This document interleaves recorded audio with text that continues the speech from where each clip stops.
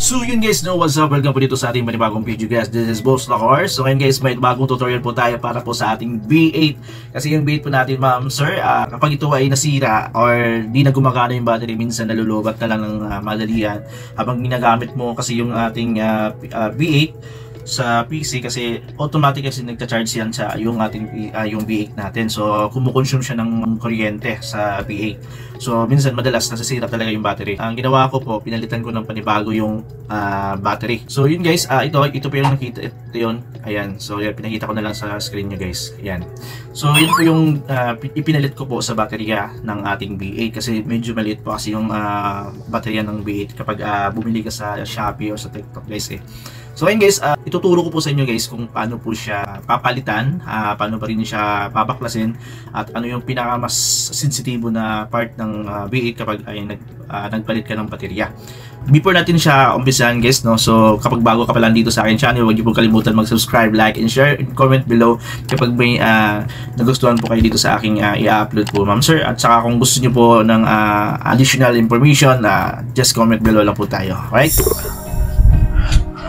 Alright, so dito tayo ngayon guys, no, sa ating V8 card or LiveSense card guys, no. So ngayon guys, ang problema kasi nito guys, ganito, medyo may sira kasi yung battery, mabilis yung lubat niya at saka design time. Habang sinasaksak ko po sa PC, medyo namamatay-matay po siya kasi po yung battery niya po is hindi po siya kaya na nakapag-charge po siya mismo, kasi pag connect po sa PC automatic kasi mag-charge yan. So habang ginagamit, nag-charge po siya. So hindi po kinaya ng battery, kaya po ang nangyari, biglaan po siyang mag-lobat. So ngayon, ang ginawa ko po, pinalitan ko po siya ng battery from dito. So ginawa ko po, kasi may battery ito eh. Battery nito is yung medyo malaki. So ito na yun. So as nakita nyo guys, ito na yun siya guys, di ba? So ito, madali lang siya kasi palit ko lang po ito. Ang ginawa ko lang po, kumbaga ginamitan ko lang po siya ng tawag nito yung parang glue, kasi para dumikit po siya dito at saka dito. Ito naman yung positive tsaka negative. Magkakasya naman siya. So i-check natin kung gumagana ba guys, no. So pag baklas naman ito guys, madali lang. Ang gagawin nyo lang po talaga, unahin nyo lang po yung pinaka-tornary, yung pinaka-mas dulo ng ano, yung hawakan yung parang volume nito sa dito. So ang gagawin nyo lang po guys, bubunutin nyo lang po yung pataas, isa-isa. So ito naman, hindi naman kailangan bunutin kasi automatic matatanggal naman to, kasi ito yung ano eh, parang sa effect nito. Then ito naman yung sa mga adjustable for sounds, volume, yung parang mga connector ng mag-a-adjust ka, yung mga adjustable na yan. Then ito, yung sa volume tsaka sa echo. Yan, dalawa. Ito, dalawa. And ito naman yung mga bolt na sa loob. Ayan, ginawa ko kasi nilagay ko lang po dito yan dyan para po hindi siya mawala.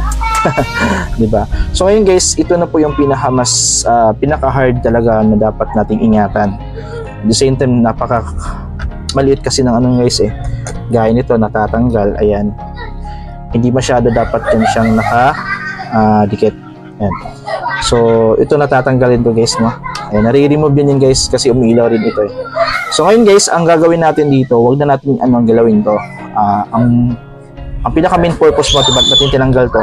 Kasi ito po, okay? So ngayon, tatanggalin po natin yan, okay? Saglit lang po. Okay, balik tayo dito guys. So ingat lang po sa pagbaklas dito sa mga ganitong klase guys, kasi medyo maliit po talaga yung mga pesa nito guys. Ayan. So dito tayo, i-connect na natin at ibabalik natin ito guys ha. So ngayon guys, itong video na to, madalian lang po ito guys, para naman po hindi masyadong magulo yung isip nyo. So ingatan nyo po na dapat tugma po lahat ng pagpapalit-palit ng ano nyo po, okay? So makikita nyo naman sa video guys, ito yung sa pinakadulo, yung sa red, makikita nyo naman po dito, magkaparehas po yan silang dalawa. Ayan, di ba? So as you can see, dito ko lang nilipat dito. Ayan. Sira na nga yan guys kasi naklas ko talaga, kasi medyo mas patindi yung pagkapit ng ano guys, papidit or dito yun sim.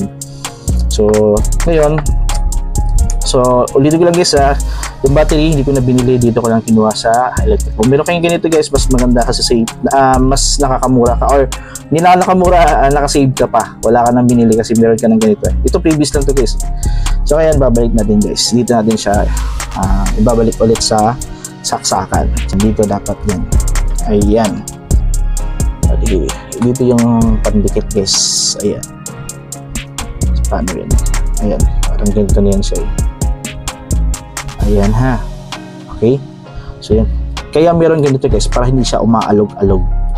Yun yung safety niya guys. Pero kung hindi na siya medyo, kasi mas malaki na siya ang gagawin nyo na lang guys, hanap kayo na medyo maliit ito.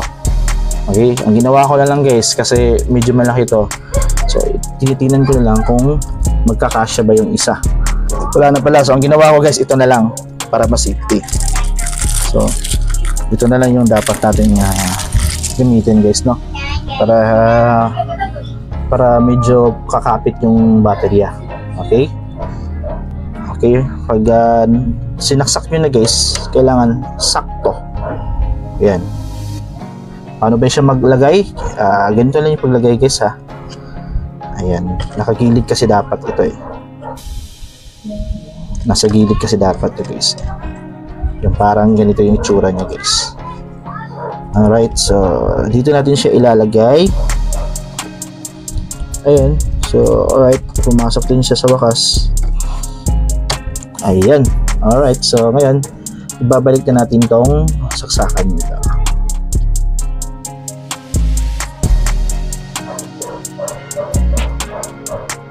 Ayan, so ngayon okay na guys, no? So ang gagawin natin ngayon guys, kung gagana ba yung baterya dito sa ating B8. So check natin guys kung gumana ba ito sa ating B8. So, ayun, nakasaksak na po ulit. Hindi mo natin ibabalik to guys, i-check muna natin kung gumagana siya. Alright,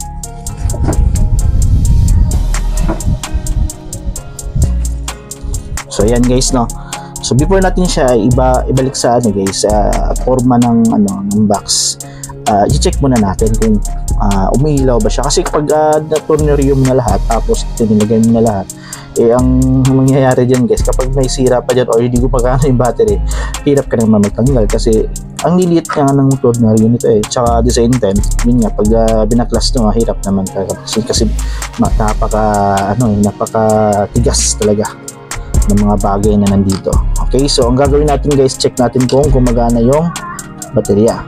So hanap tayo ng charger, check natin kung gumagana ba siya. Okay, so sa charger, ayan, charger.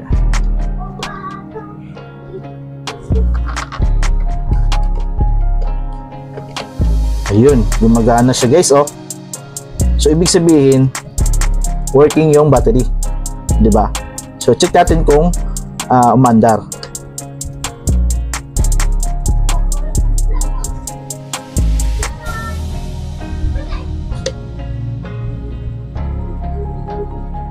Ayun, gumagana guys, di ba?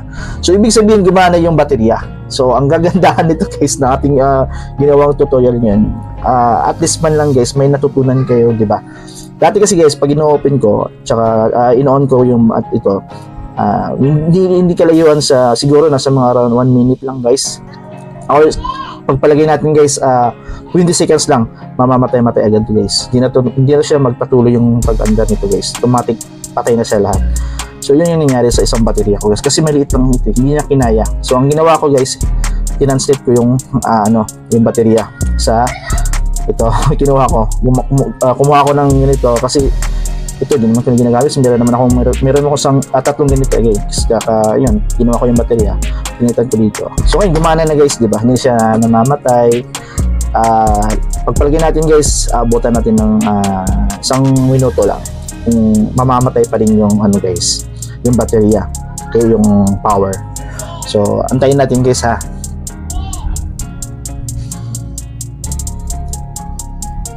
So prepare natin lahat ng natin ibabalik. So ito na, tsaka kompleto na yan. So antayin natin guys kung may aberya pa ba. Kapag wala na, ibalik na natin to. So ngayon guys, sa nakita nyo naman, di ba, hindi na siya namamatay. So okay yung tutorial natin guys, di ba? May natutunan tayo, di ba? So ibabalik natin yung tawag nito, yung cover nito.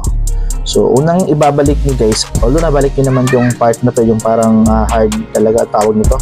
Ito yung parang motherboard, ay yung sa cellphone, ito yung motherboard talaga, yung pinaka motherboard na. So ngayon ang unahan natin ibabalik is yung ito,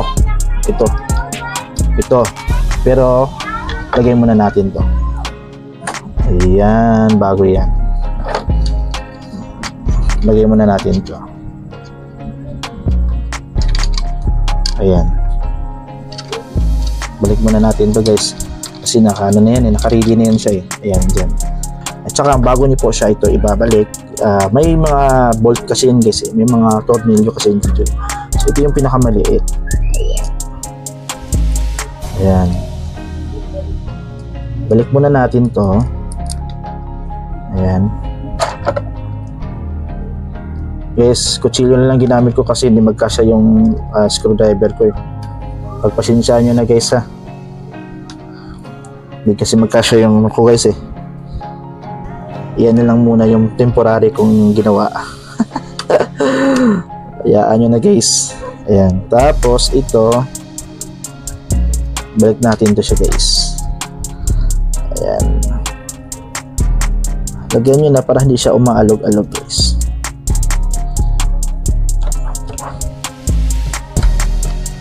Hayaan nyo na yung ginawa kong to, ano guys screwdriver yung kutsilyo, kasi wala akong ano guys eh, pang ano tawag nito, hindi magkasya kasi malaki yung sa akin eh, yung star screw ko guys. So ngayon guys, okay na, hindi siya umaalog-alog guys. So ngayon balik natin siya guys, diba? Relax simple guys pag nagbalik kayo ng motherboard sa B8 nyo guys. Madali lang naman, hindi masyadong mahirap. So dapat naka-align yan lahat guys. Ayan, so nakita nyo guys, diba? Cleanliness lahat yun guys. And then bago nyo po ito ilagay, ayan, isakto mo muna guys sa lalagyan. Ayan, diba? So nakita nyo guys, enough. Ayan. And then bago nyo po siya lagyan ng tornilyo sa gilid. Next is ito. Ito. Yan, lagay natin yan. Ayan. Ito yung max. Okay, doon muna tayo. So, pag nagbalik kayo nito guys, dapat i-max nyo. Balik nyo muna sa normal. Tsaka ito, dito mo isasagad yan. Ayan. Ayan. Okay. So pag ano kayo guys baklas, remind ko lang, balik nyo muna sa main. Then ito yung may parang guhit, dyan mo ilagay. At para pag nag-volume kayo, ayan, at least may palatandaan siya guys, diba? Ayan, alright. Then dito na naman, balik mo lahat. Same as usual. Balik mo lahat. Ayan. Same as usual tayo. Then ito, kung ano yung ginawa mo dito sa taas, ganun yung gagawin mo sa baba para maging okay yung pagbalik natin. Ayan guys, okay na. So ngayon, i-check natin kung gumagana yung baterya ulit, hindi siya namamatay-patay. Ayan. So ayun guys, okay na. So on natin guys ha. Ayan, gumana guys na, diba? So yun lang guys, at least may natutunan tayo sa ating tutorial po today para po paano ba magpalit ng baterya or bakit ba pinapalitan yung baterya, kasi maliit yung baterya guys. Ayan, diba? So at least guys, may alam kayo kung saan kayo kukuha ng baterya na ipapalit dito sa B8 kapag nasira yung baterya nyo guys. So kapag meron kayong ganito, okay na yan. Kahit anong baterya guys, kahit sa anong rechargeable na meron kayo guys, pwede yan dito sa B8 natin. Okay, as long as na magkasya, pwede nga sa cellphone guys eh, pero hindi ko na ginawa yun guys kasi meron naman tayong pangpalit guys eh. So yun lang guys, at least may natutunan tayo dito sa ating tutorial kung paano magpalit ng baterya. sa ating B8 card or live sounds card. Kasi nasira yung baterya ko, kasi mabilis yung lubat. Yun, di ako makapag-concentrate sa aking pagla-live or pag-stream or kahit sa aking pag-edit po sa ating video. Minsan nasisira yung aking pag-edit kasi minsan namamatay-patay kasi yung ating B8. Kasi ito yung maganda kasi guys, siya nagko-control lahat ng ating gustong gawin or mag-edit ka sa gamit yung ito. Alright, so yun guys, at least natapos yun nga rin ginawang tutorial for today. So sana po may nagustuhan po kayo sa ating ginawang tutorial for today. So yun po, at napakadali lang po talaga mag-backlash at magpalit ng baterya. So yun guys, ginawa ko kasi guys, kaya ko pinalitan kasi always ako nagla-live or always ako nag-edit gamit yung ating B8 to PC. So kaya minsan nagcha-charge po siya. Nakita ko po sa inyo paano po siya maganda. Ayan. Naka-connect po kayo sa charger po eh. Ayan. Naka-connect po yan sa charger po. Ayan. Automatically, magcha-charge po yan siya. Nag-iilaw po yung red. Ayan. So, yun po siya. Kaya po pinalitan ko ng panibagong baterya kasi yun, medyo mabilis malubat eh kapag ginamit ko. So yun lang guys, at dito nagtatapos yung ating video for today. So sana po may natutunan tayo sa ating or discuss for today sa ating V8 kung paano palit ng baterya. Okay? So yun guys, kapag meron kayong mga other chargeable dyan, ceiling fan or whatsoever, may speaker or ilaw, ganon, may mga baterya na kasing hawig ng baterya na pinalit ko. So at least man lang po hindi na kayo bibili ng bago. Okay, kung bibili man kayo, medyo nasa around 100 something lang po yung ating baterya kung bibili nyo po. Alright? So yun lang guys, at dito lang ako magpapaalam na po tayo guys kasi may gagawin pa tayo. At yun lang po, maraming salamat. Ingat kayo, God bless you all. I love you so much. Bye.